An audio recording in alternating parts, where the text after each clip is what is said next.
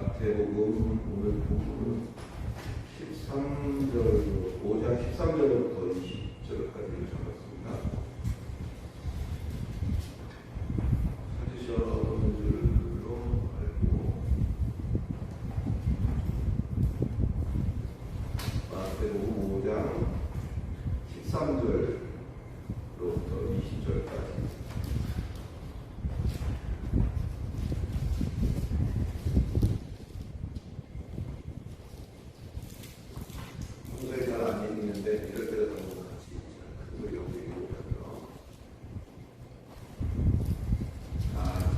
알고 한 절씩 읽을까요?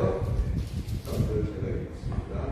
너희는 세상의 소금이니 소금이 만일 그 맛을 잃는 무엇으로 짜게 하리요. 후에는 아무 쓸데없어 다만 밖에 버리고 사람에게 밟힐 뿐이니라.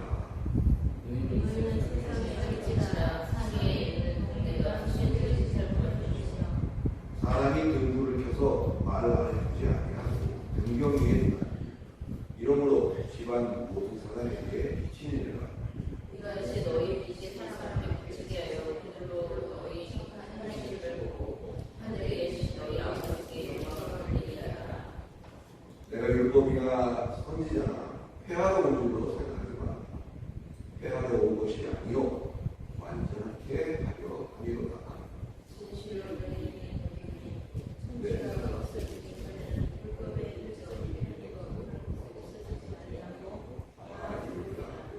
그러므로 누구든지 이 계명 중에 지극히 작은 걸 하나라도 버리고 또 그같이 사람을 가르치는 자는 천국에서 지극히 작다 일컬음을 받을 것이고 누구든지 이를 행하며 가르치는 자는 천국에서 크다 일컬음을 받으리라. 너희에게 이르노니 너희 의가 서기관과 바리새인보다 더 낫지 못하느니라. 이를 까놓고 천국에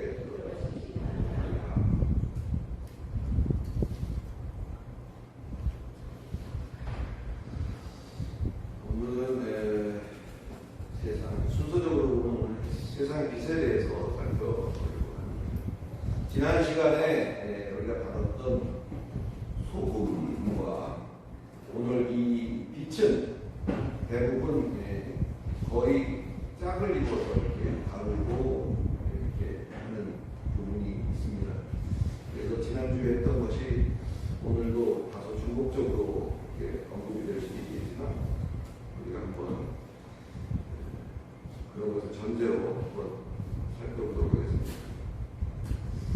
땅의 소금과 마찬가지로 오늘 본문에서 말하고 있는 빛이라는 것 역시 앞으로 그렇게 될 것이다 라고 말하는 것이 아니고 이미 소금이고 이미 빛이라는 것을 선포하고 있다는 사실을 우리가 매우 중요시해야 합니다. 진정한 복이 뭐냐 8가지를 이렇게 쭉 예수께서 직접 입을 열어 가르쳐 가라사대 장본인이신 본인이 입을 열어서 가르치는 데 의미가 있다고 했죠.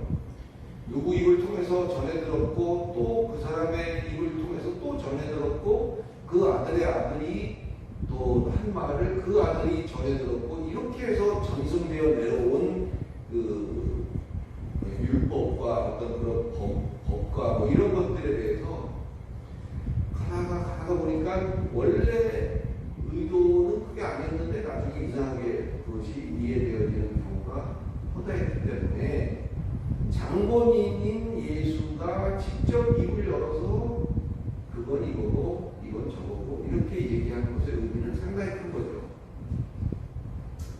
그래서 그 진정한 복이 뭔지를 밝힌 후에 나온 것이 소금 얘기고 그다음에 빛의 얘기가 되는 거죠. 그런 것으로 본다면 본문 속에서 너희라고 부르는 그 대상들은 그러한 복 가운데 있는 자들을 제한해서 가르치고 있다는 말이 자연스럽게 이해가 되는 것이죠. 그리고 나서 예수는 그런 저들을 보고 뭐라고 했느냐? 소금이다 이렇게 말했고 빛이다 이렇게 말했다. 그런 의미입니다. 너희가 어찌어찌 하고 또 이리저리 하면 소금이 될 거라가 아니고 너희는 이미 소금이다 라고 단정적으로 선언하고 있다는 사실이 굉장히 의미가 깊어요. 또 이렇게 저렇게 노력을 하고 애를 쓴다고 되는 것이 아닌 것이 빛이다. 마찬가지 맥락이죠. 이미 너희는 소금이고 이미 너희는 빛이다. 다시 말해서 진정한 복이 뭔지를 깨닫고 구별된 가치관을 가지고, 구별된 가치관은 뭐예요? 요즘도 어떤 가치관이 요즘 만연하죠? 현세적이고 세상적인 어떤 세상에서의 어떤 형통과 잘 되고 잘 먹고 잘 입는 이런 것이 성공하는 자로 인식이 되고, 그렇지 못한 사람은 루저라고 해서 그 반대쪽에 있는 사람들로 인식을 하는 것이 요즘 세상이죠. 구별된 가치관을 갖는다는 것은 그것만이 좋은 것이 아닐 수 있다라는 그런 가치관을 갖는다는 거예요.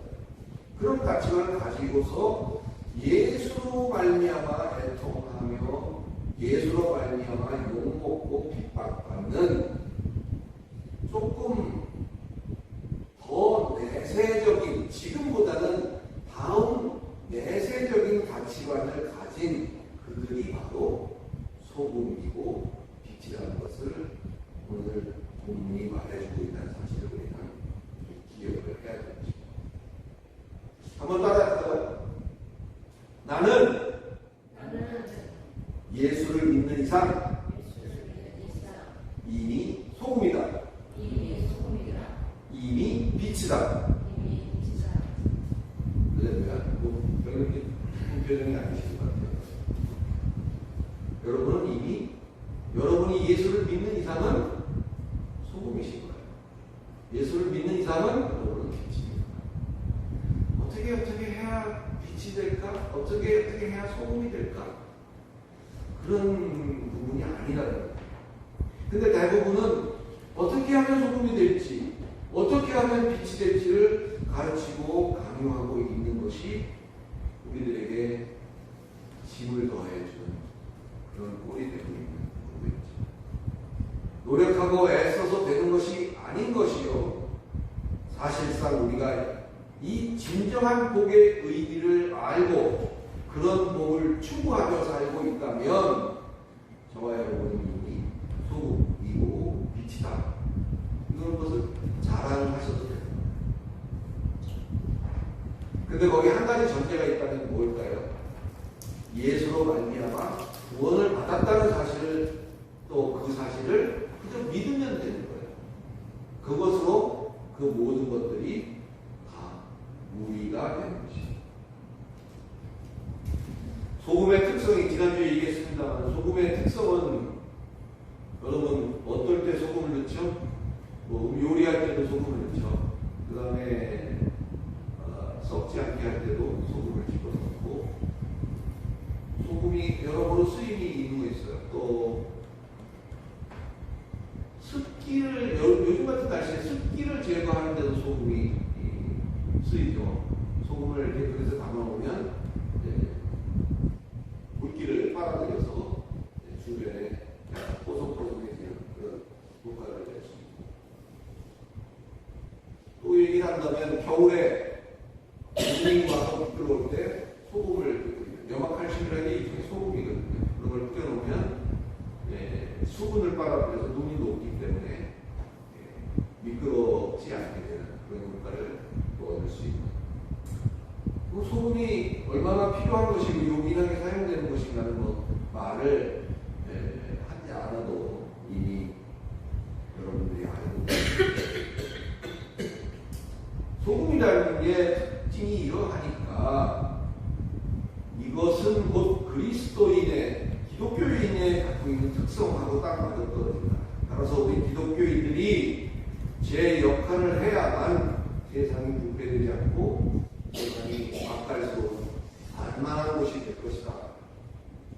틀린 말은 아니죠. 지난 시간에도 얘기했습니다만, 근데 만약 만약 그것만이 사실이라면, 그것이 어떤 원리라면 엄청 부담스러운 부분이 있는 거예요. 그렇다고 뭐 되는 대로 막 살아라, 엉터리로 막 살아도 된다, 그런 말을 하고 있는 건 아니죠. 사랑하는 성도 여러분, 미안하지만 성경 속에서는 성도는 세상을 변화시키고 세상을 썩지 않게 하고 세상을 정화시키는 역할을 하는 것이 아니다라고 지난번에 제가 설교 시간에 얘기했던 것을 기억하십니까? 어떤 분은 굉장히 도전적으로 이 말을 받아들였을 수도 있고 다양한 반응이 있었을 거라고 생각합니다. 아무 고민을 안 해보신 분도 계시겠지만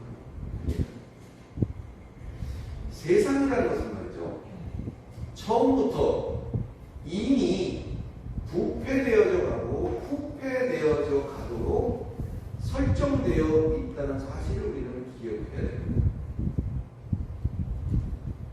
다만 하나님의 정하신 때가 이르면 우리가 지금까지 사용하고 써먹었던 그런 세상은 단번에 새로운 새 옷으로 우리가 새 옷을 갈아입듯이 단번에 변하게 될 것이라는 것을 성경이 말하고 있다는 것을 잊지 마십니다. 오늘 본문의 빛 역시 마찬가지예요. 빛도 밝기의 차이가 있을 수는 있습니다만은 엄연히 어둠이라는 것과는 본질 자체가 다른 것이죠. 빛은 어둠일 수 없는 거예요. 아무리 연약한 빛이라도 그것은 빛입니다. 촛불 하나라도 그것은 빛이죠. 촛불 하나 켰다고 어둠인 것이 아니죠. 오늘 본문은 그렇게 말합니다. 산 위에 있는 동네가 결코 산 아래에 있는 동네일 수 없는 것이 확실하지. 산 위에 있는 동네가 어느 날 갑자기 산 아래에 있는 동네로 오해받을 수 있는 건 아니잖아요. 산 위에 있는 동네는 결코 산 아래에 있는 동네일 수 없는 것이 확실하듯이 우리가 빛이라는 이러한 사실도 변할 수 없다는 사실을 우리가 기억한다면 어떤 다른 미혹이라든지 이런 것들을 우리가 잘 이기고 극복해 나갈 수 있을 것이라고 생각합니다. 그렇게 땅의 소금이 내적으로 우리 내부적으로 자기 심령에 어떤 영향을 가지는 내적인 요소를 강조하고 있는 것이 소금이라면 오늘 세상의 빛이라고 한 이 세상 빛은 코스모스, 세상은 코스모스라고 우리가 말하죠. 코스모스라는 것은 모든 피조물과 피조 세계를 뜻하는 것인데 거기에 영향이 있는 빛은 외적인 관계에 초점을 맞추고 있다. 이렇게 우리가 이해를 해야 될 것입니다. 소금은 여러분의 내면적인 싸움이에요. 내면적인 싸움. 그래서 소금으로 산다는 것은 어떤 것일까요? 우리가 성도이면서 이미 소금이라고 했잖아요. 이 소금으로 산다는 건 어떤 의미일까요? 짠돌이로 사는 게 아니에요. 뭐 쓸 거 안 쓰고 짠돌이로 살아가는 게 아니라 우리가 소금으로 산다는 것은 썩지 않을 하늘에 속한 영원한 열매를 맺는 행실, 그것으로 사는 것이 소금답게 사는 것이죠. 그냥 사는 것은 똑같아요. 주어진 24시간 똑같아요. 그러나 소금으로 산다는 것은 자기가 그 안에 행한 행실이나 이런 것들이 열매로 차곡차곡 쌓일 수 있는 삶을 사는 것을 소금답게 그렇게 사는 것이라고 보아도 무리가 없을 것입니다. 등불을 켜는 것도 괜히 켜는 게 아니죠. 등을 킬 때는 키는 이유가 있는 거죠. 이걸 켜서 어디다가 두느냐? 그것은 빛인 우리가 고민할 게 아니에요. 그 빛을 어디다 두는가는, 예를 들면 뭐 큰 이런 강당에다 둘 것인지, 조그만 골방에다 둘 것인지, 아니면 책상 밑에다 둘 것인지, 저기 높은 책상 위에다 둘 것인지, 그것은 현 사람이 그 용처를 알맞게, 용처에 맞게 그렇게 사용하실 것이잖아요. 우리가 빛이라고 했는데 우리 빛이 우리가 그것을 고민할 필요가 없어요. 나는 왜 여기에다가 여기를 비추고 있지? 나는 왜 여기를 비추고 있지? 저 사람은 저기를 비추는 게 훨씬 내가 보기엔 좋아 보이는데 왜 나는 하필? 그거는 우리 빛이라고 예수를 믿는 나면 우리는 이미 빛이라고 했으니까 빛이 우리가 고민할 게 아니라는 거예요. 우리는 그냥 비추기만 하면 돼요. 내 빛의 영향이 촛불 1개짜리인지 아니면 랜턴 100개짜리인지 그거는 알 수 없지만 켜놨으면 비추는 것이 빛이 할 수 있는 최대한의 역할입니다. 이 말의 의미를 이해하실 수 있기 바랍니다. 어디다 두는가는 빛이 고민할 부분이 아니요, 그 빛을 현 사람이 그 용처를 분명히 아는 것이고 거기에 알맞게 사용할 것이다, 하고 있는 것이다. 책을 읽는데 거기에 야구 경기장을 비추고 있는 그 불을 켤 필요가 있나요? 거기에 적당한 빛이, 책을 읽는 데는 책을 읽는데 적당한 빛이 제일 좋은 거죠. 또 어느 풀숲에 떨어진 바늘을 하나 찾는데 촛불 하나 들고는 걸 찾을 수가 없죠. 거기는 거기에 맞는 조도를 가진 그런 빛을 비추게 만든 거죠. 그러니까 빛의 용도는 빛이 결정하는 것이 아니다. 할렐루야. 16절을 보겠습니다. 한번 읽어봐 주실까요? 저 졸리기도 하는데 16절 읽어주세요. 시작. 같이 너희 빛이 사람한테 빛이에요. 들로고 너희 찬양시키고 하늘에 계신 너희 아버지께 영광을 돌리라. 네. 16절에는 빛을 비추는 목적을 나타내고 있잖아요. 그렇죠? 목적이 두 가지예요. 하나 뭐죠? 착한 행실을 보게 하려고 1번. 2번은 하나님 아버지께 영광을 돌리게 하려고. 두 가지 목적을 가지고 빛을 비추는 것입니다. 빛을 펴는 거죠. 선행을 많이 해서 하나님을 욕먹이지 않아야 한다는 것도, 또 물론 좋은 일과 착한 일을 많이 해서 나쁠 거야 없겠지만, 고작 장본인이신 예수께서 입을 열어서 가르치는 것이 그냥 착한 일 많이 해라, 그런 얘기들을 하려고 예수가 입을 열었을까? 착한 행실에 대한 견해 차이를 우리는 인정해야 됩니다. 사람마다 각기 착하다는 기준이 다를 수 있어요. 사무엘서 12장 25절의 표현을 읽으면 하나님을 경외하고 하나님을 섬기기를 힘쓰는 것, 그것이 바로 선행이요, 그것이 착한 행실이요, 그것으로 아버지께 영광이 된다라고 피력을 하고 있습니다. 어떻게 하는 것이 착한 것인가? 내가 쓸 것을 아껴서 저 불쌍한 사람을 주는 행동, 착한 행동입니다. 요즘 보기 힘든 행동이에요. 뭐 그와 같은 선한 행실, 미담 이런 것들이 뉴스거리가 되고 그런 이 시대로 살고 있지만, 좀 더 분명히 얘기를 하자면, 성경적으로 얘기를 하자면 어떤 것이 착한 행실이라고요?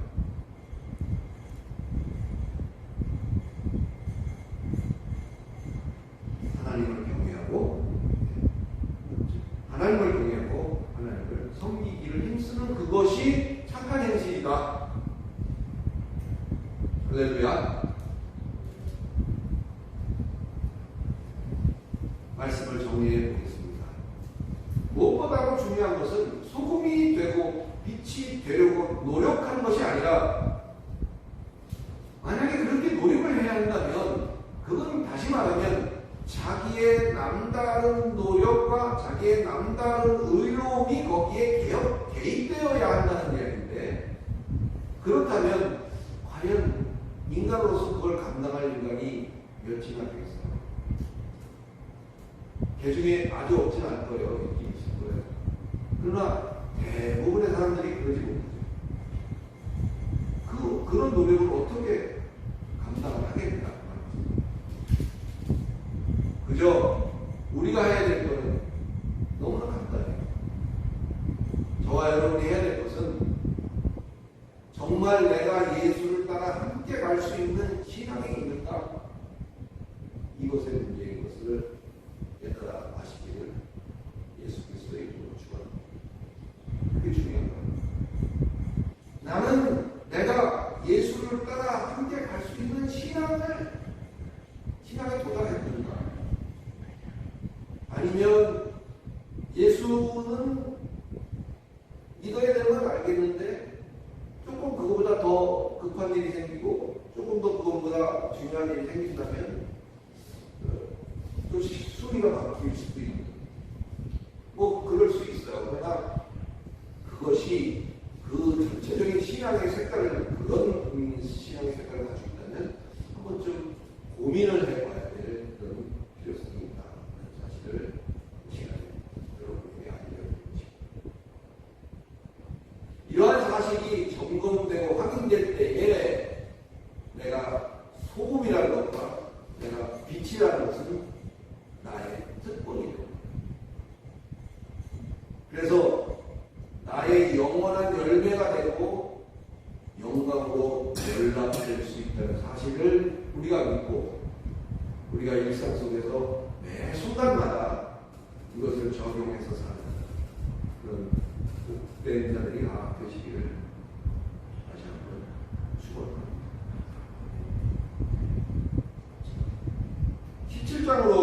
17절로 넘어가면 내가 율법이나 선지자나 폐하는 줄로 생각하지 말라. 폐하는 것이 아니요 완전케 하려 함이로다. 이렇게 얘기했습니다. 사실 우리가 지금 살피고 있는 이 산상수훈이라는 것은 그 당시로 본다면요 굉장한 센세이션을 일으키는 사건인 거예요. 그 당시에는 주로 어떻게 사람들이 모여서 신앙생활을 했었냐면 회당을 중심으로 해서 서기관이라는 사람이 율법을 가르쳐요. 오늘날에 뭐 목사라고 얘기도 하고 여러 가지 얘기할 수 있습니다만은 성격은 다를 수 있어요. 그러나 회당을 중심으로 서기관이 이 하나를 맡아서 또 둘이 하나를 맡든 셋이 하나를 맡든 맡아서 그 율법을 가르쳐 갖고 그 배운 율법을 바리새인들은 그것을 철저하게 준수했다는 것을 상당한 자랑과 프라이드로 삼고 살아온 그런 시대에 바리새인들은 나는 지켰는데 너는 못 지켰지? 그걸 가지고 그를 손가락질하고 그를 탓하는 그런 상황이 그 당시에는 아주 비일비재했어요. 그러지 못한 사람들을 정죄해내는 그런 양상을 보이던 게 보편적인 그 당시에 어떤 흐름이었다면 율법을 잘 지키는 게 복이라고 말하지 않은 예수의 발언은 사람들의 방랑을 살기에 아주 충분하고 나죠. 결국은 이 사건으로 말미암아 이제 예수는 정해진 대로 하나님께서 세팅하신 대로 죽음의 산상에 오르게 됩니다만은 후에 나오겠지요. 왜 그들이 그렇게 분노하고 무슨 뭐 폭력을 쓴 것도 아니고 그저 말을 하는 것 뿐인데 죽이지 못해서 누구를 죽일까 하니까 뭐라 그랬어요? 죄인을 풀어주고 이 사람을 죽여달라고 말하죠. 그렇죠? 자, 17절에 예수는 뭐라고 말을 하는가 한번 읽어봐 주세요. 시작. 내가 율법이나 선지자를 폐하고 예수를 훔쳐서 말라. 폐하러 온 것이 아니고 완전하게 하려 함이라. 네, 완전하게 하려고 왔다고 말씀하시거든요. 네, 예수가 와서 그 일을 공생에서 사역을 시작하면서 그 사역의 성격은 개혁이 아니라는 것을 여기서 알 수가 있어요. 예수가 하시는 것은 개혁이 아닙니다. 보다 더 완성적으로 그 일을 마무리할 수 있도록 각기 지금 현재 놓여있는 그 상황에서 완전히 하는 것이지 모든 것을 싹 밀어버리고 리셋하는 것이 아니다. 해보신 분들은 아시겠지만 집을 짓는 것도 싹 밀어버리고 기초부터 다시 쌓고 다시 짓는 것이 훨씬 경제적이고 더 튼튼하게 집을 지을 수 있는 것인데 컴퓨터도 마찬가지죠. 그냥 확 밀고 새로 뭘 까는 것이 제일 쉽고 빠른 일이긴 해요.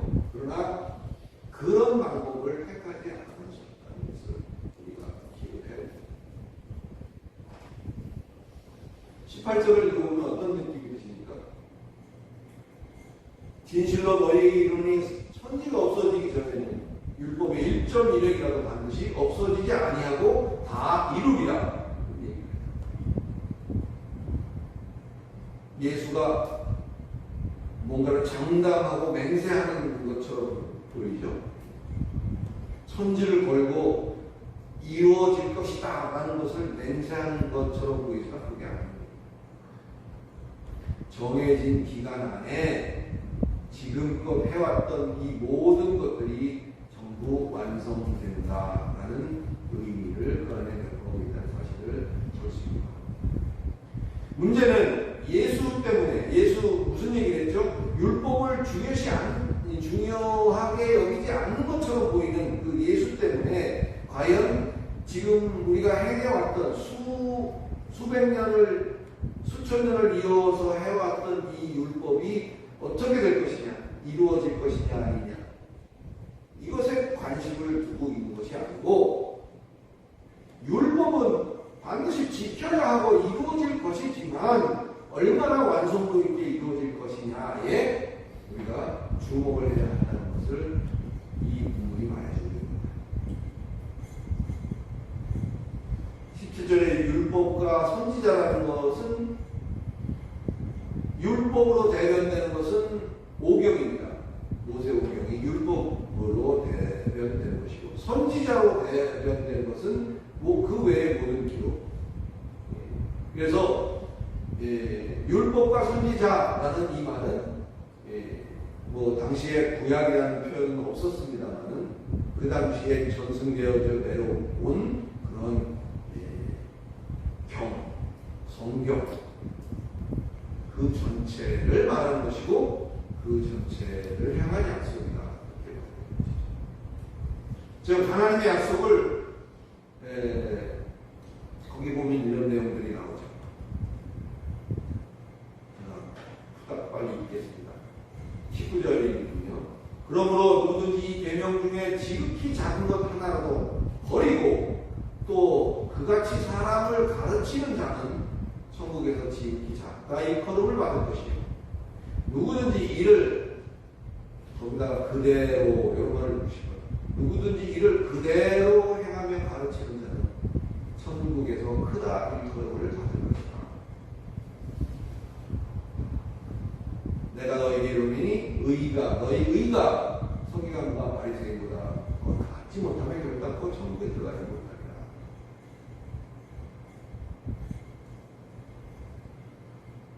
하나님의 약속을 일부를 빼고 가르치고 지키라고 하는 것이냐 아니면 그렇지 않느냐의 대결 구도가 여기에서 등장하는 것이죠.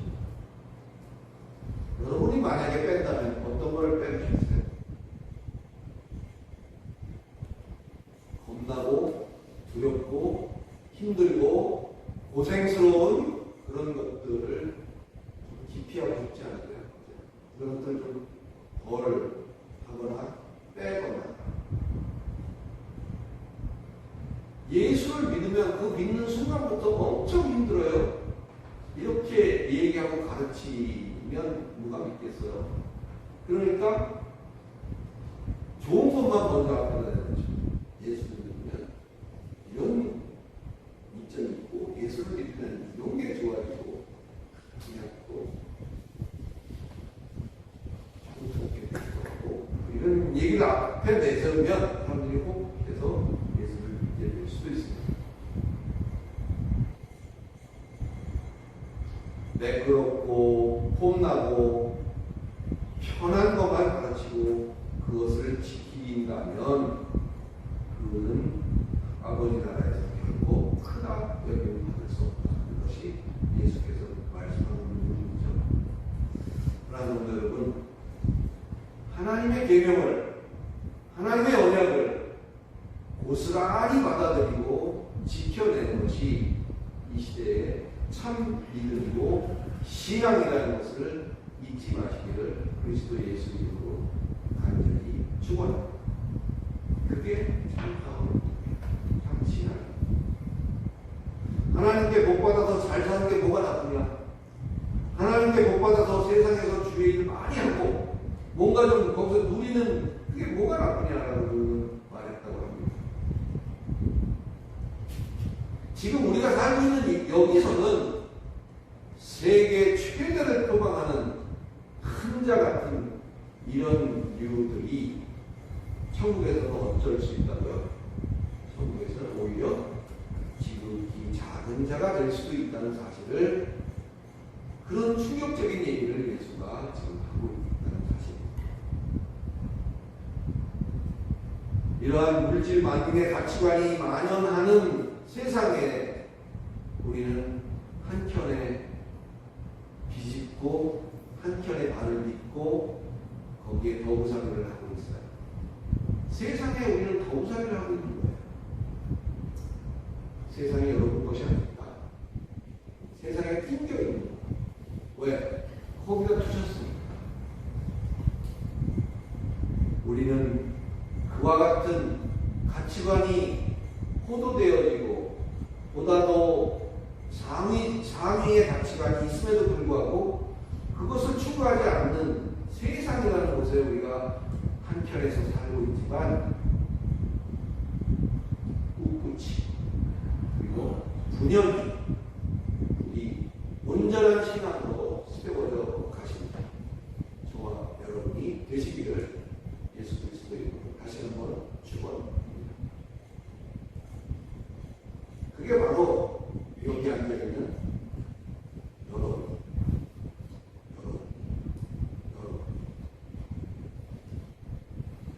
작지만 어렵지만 진정한 하나님을 아는 진리를 고수하며 그것을 설파하는 소수의 교회들, 그 중에서도 이곳 예수촌 교회에 여러분들이 붙여졌다는 것, 그것이 바로 여러분이 가지고 있는 최대의 장점이 아니겠는가, 그런 생각을 하면서 여러분, 그것이 여러분의 프라이드고 자랑이 좀 더 여러분을 솔선하여 움직이게 할 수 있는 원동력이 되게 되시기를 간절히 바랍니다. 기도하겠습니다. 거룩하신 하나님, 은혜를 감사합니다.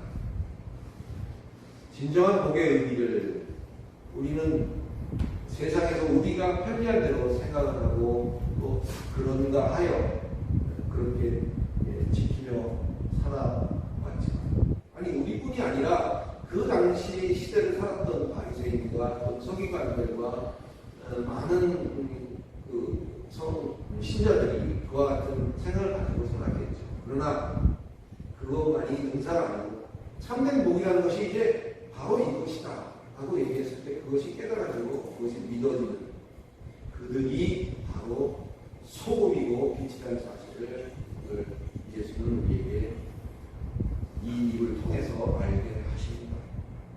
비록 우리가 세상에 보잘것없어 보이지만 우리는 이미 그와 같은 사실을 깨닫고 알고 있는 자요, 이미 소금이고 이미 빛이라는 사실을 자랑 삼아 새롭게 매진하는 복된 하나님의 백성들 다 되도록 주께서 도와주시고 때를 따라 인도해 주시고 때를 따라 위로해 주시는 놀라운 역사가 있게 하여 주시옵소서. 예수 그리스도 이름으로 간절히 기도드리옵나이다.